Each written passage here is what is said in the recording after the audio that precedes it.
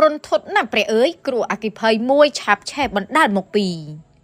រុនធត់ណាផ្ទះប្រជាពលរដ្ឋចំនួន8ខ្នងផ្ទះរួមនិងតូបលក់ដូរចំនួន6តូបត្រូវបានអគ្គិភ័យលេបត្របាក់អស់ទាំងស្រុងតែមួយចំអិនកំពឺហេតុការធ្វើឲ្យកម្លាំងសមត្ថកិច្ចជំនាញអន្តរាគមន៍ផ្នែកពន្លត់អគ្គិភ័យ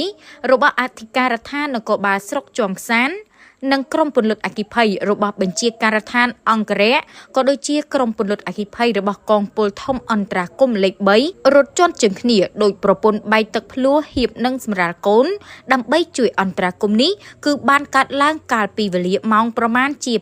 8:30នាទីយប់ថ្ងៃទី20ខែឧសភាឆ្នាំ2025ស្ថិតនៅចំណុចកងពលធំអន្តរាគមន៍លេខ3ក្នុងភូមិពាក់ស្បែងឃុំរំដោះស្រែស្រុកជាំខ្សាន្តខេត្តព្រះវិហារបើតាមលោកវរៈសេនីជុនបូរ៉ា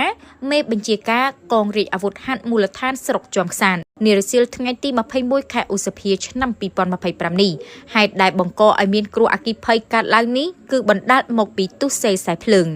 លោកមេបញ្ជាការបន្តទៀតថាទំហំនៃការខូចខាតដែលបង្កពីគ្រោះអគ្គិភ័យមួយនេះគឺបានបំផ្លាញផ្ទះប្រជាពលរដ្ឋអស់ចំនួន8ខ្នងមាន15បន្ទប់បូកជាមួយនឹងតូបលក់ដូរចំនួន16តូបរួមនឹងសម្ភារៈជាច្រើនផងដែរលោកមេបញ្ជាការបានបញ្ជាក់បន្ថែមទៀតថាបើទោះយ៉ាងនេះក្តីនៅក្នុងឧបទ្ទវហេតុគ្រោះអគ្គិភ័យមួយនេះគឺមិនបណ្ដាលឲ្យបងប្អូនប្រជាពលរដ្ឋឬក៏ម្ចាស់ផ្ទះដែលជាជនរងគ្រោះណាម្នាក់មានគ្រោះថ្នាក់នោះឡើយ